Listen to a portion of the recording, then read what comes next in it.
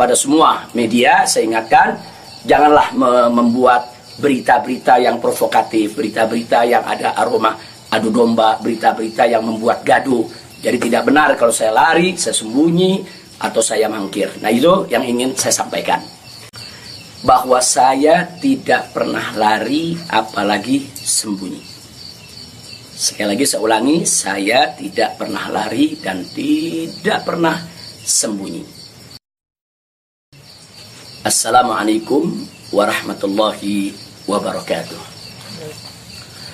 Kepada segenap rakyat dan bangsa Indonesia yang saya cintai, semoga kita tetap selalu menjaga protokol kesehatan, tetap selalu berupaya secara bersama-sama mengatasi pandemi yang sedang melanda kita punya negeri. Insya Allah, Allah angkat segera pandemi yang terjadi saat ini. Amin ya rabbal alamin.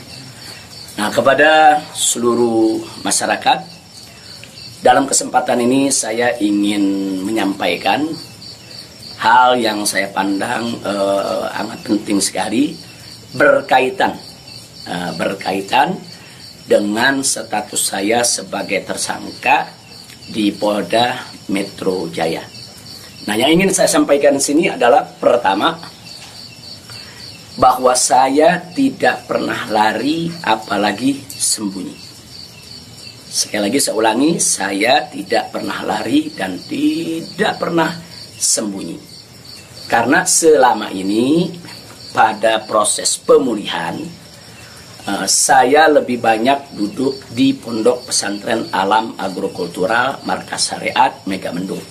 Karena di pesantren ini udaranya sangat asri, segar, jadi untuk pemulihan luar biasa bagusnya. Sekali-sekali saya turun ke Petamburan, saya turun ke Sentul untuk menengok anak dan cucu. Jadi bagian pertama yang ingin saya tekankan adalah saya tidak pernah lari, apalagi sembunyi dari panggilan polisi. Yang kedua, saya juga tidak pernah mangkir dari panggilan Polda Metro Jaya. Nah, kenapa saya katakan saya tidak pernah mangkir?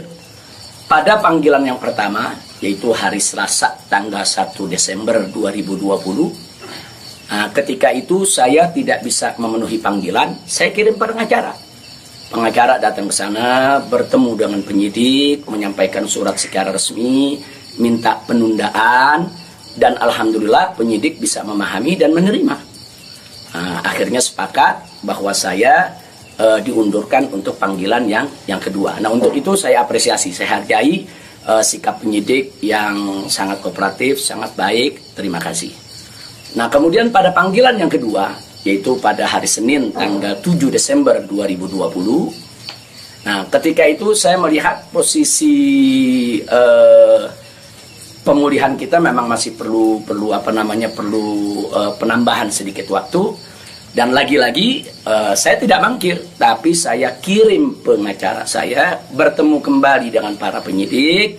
Kita sampaikan surat, kita sampaikan permohonan, dan alhamdulillah permohonan tersebut diterima secara baik oleh para penyidik. Lagi-lagi di sini saya ingin sampaikan apresiasi dan terima kasih kepada para penyidik di Polda Metro Jaya. Nah, pada hari itu juga, yaitu di pagi hari, Senin tanggal 7 Desember, ada kesepakatan, yaitu antara para pengacara dengan para penyidik, juga dengan keridoan saya, di mana kita sepakat bahwa saya akan datang ke Polda Metro Jaya pada hari Senin tanggal 14 Desember 2020. Itu sudah merupakan satu komitmen. Artinya komitmen, kita akan datang, insya Allah sehat walafiat, tidak ada halangan lagi.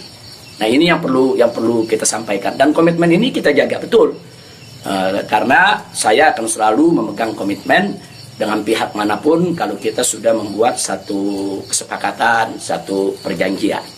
Nah, karena itu di sini yang perlu saya sampaikan juga pada hari yang sama, yaitu pada tanggal 7 di hari Senin tersebut, secara mengejutkan, sebagaimana kita tahu semua, di mana di siang hari Bapak Kapolda Metro Jaya mengumumkan tentang tragedi penembakan 6 Laskar FPI yang selama ini setia mengawal saya. Tentu ini satu peristiwa sebetulnya tidak ada sangkut paut dengan soal panggilan saya.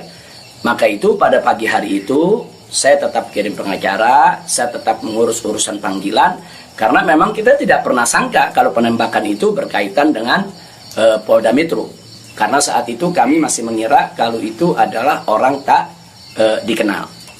Nah, ala kulihal, setelah itu yang mengejutkan kami pada hari Kamisnya, yaitu tanggal 10 Desember 2020, secara tiba-tiba Polda Metro Jaya mengumumkan saya sebagai tersangka.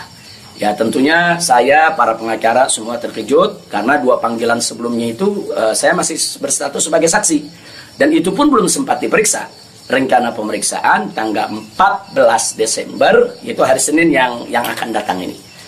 Nah, tapi karena memang pengumumannya begitu mengejutkan, pada hari Kamis tersebut saya sebagai tersangka, kemudian mendengar itu tidak benar kalau ada mengabarkan saya sembunyi, saya lari, tidak benar. Saya tetap berada di markas syariat Megamendung. Nah, begitu hari Kamis ada pengumuman semacam itu, Jumat pagi tanggal 11 Desember itu kita kirim lagi para pengacara untuk bertemu dengan penyidik, dan alhamdulillah terjadi pertemuan dengan penyidik. Nah, ditanyakan oleh para pengacara bagaimana komitmen yang hari Senin tanggal 14, apa itu batal atau bagaimana.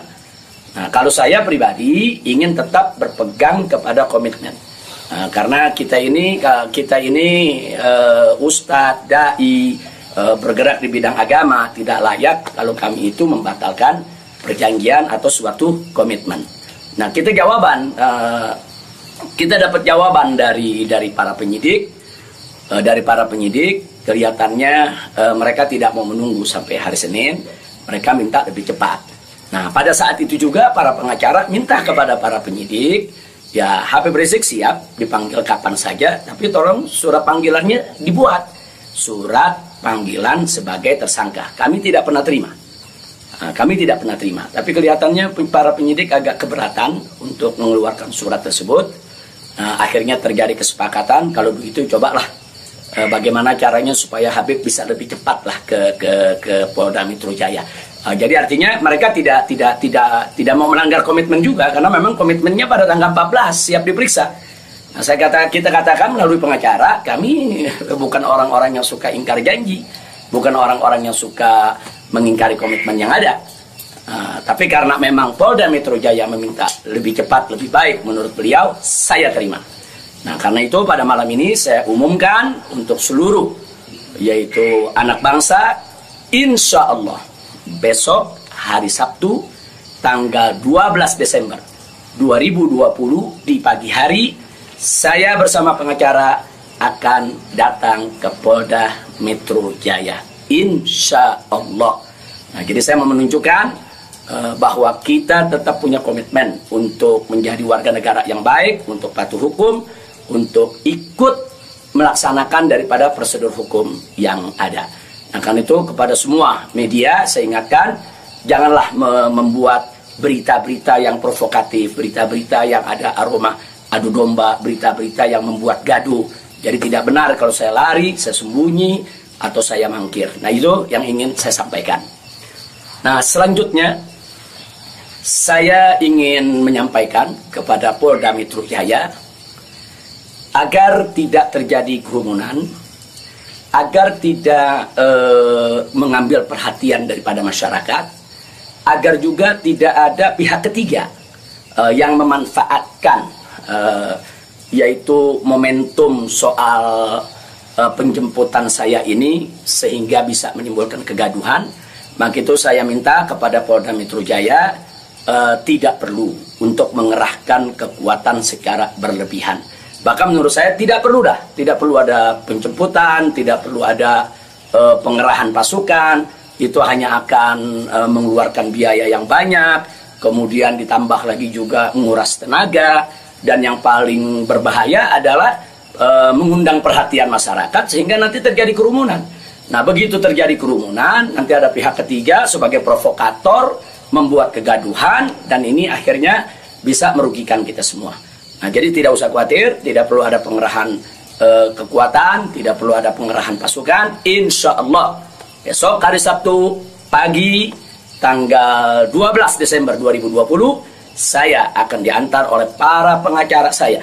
Nah, untuk memenuhi panggilan atau memenuhi yaitu panggilan atau rencana pemeriksaan yang akan dilakukan oleh Polda Metro Jaya sesuai dengan aturan yang berlaku.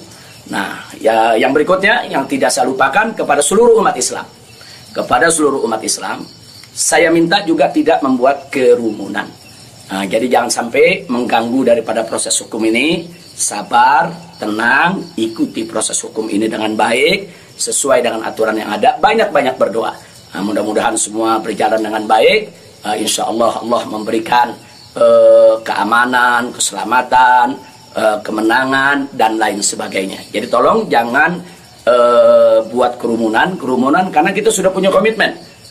Bagaimana untuk tetap menjaga protokol kesehatan, bagaimana kita bersama-sama dengan semua komponen anak bangsa yang ada untuk mengatasi pandemi di kita punya negeri. Nah, jadi sekali lagi saya ulangi kepada Polda Metro Jaya, saya minta tidak perlu untuk mengerahkan pasukan, apalagi secara berlebihan, karena akan mengundang perhatian, mengundang kerumunan, bahkan bisa memberi kesempatan kepada pihak ketiga, provokator, untuk membuat kegaduhan. Nah, ini kalau ini terjadi, akhirnya kita semua rugi.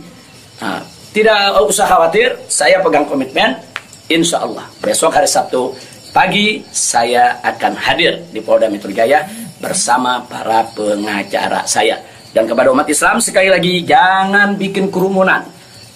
Apalagi sebab kalau bikin kerumunan lagi nanti ada provokator, ribut lagi, gaduh lagi. Saya tidak mau ada kegaduhan, saya tidak mau ada kerumunan. Saya ingin pemeriksaan itu berjalan secara baik sesuai dengan undang-undang yang berlaku, dan kepada masyarakat cukup doakan dari rumah agar saya begitu juga para pengacara semua diberikan kekuatan oleh Allah Subhanahu wa taala. Itu saja. Terima kasih. Jazakumullahu khairal jaza. Wassalamualaikum warahmatullahi wabarakatuh.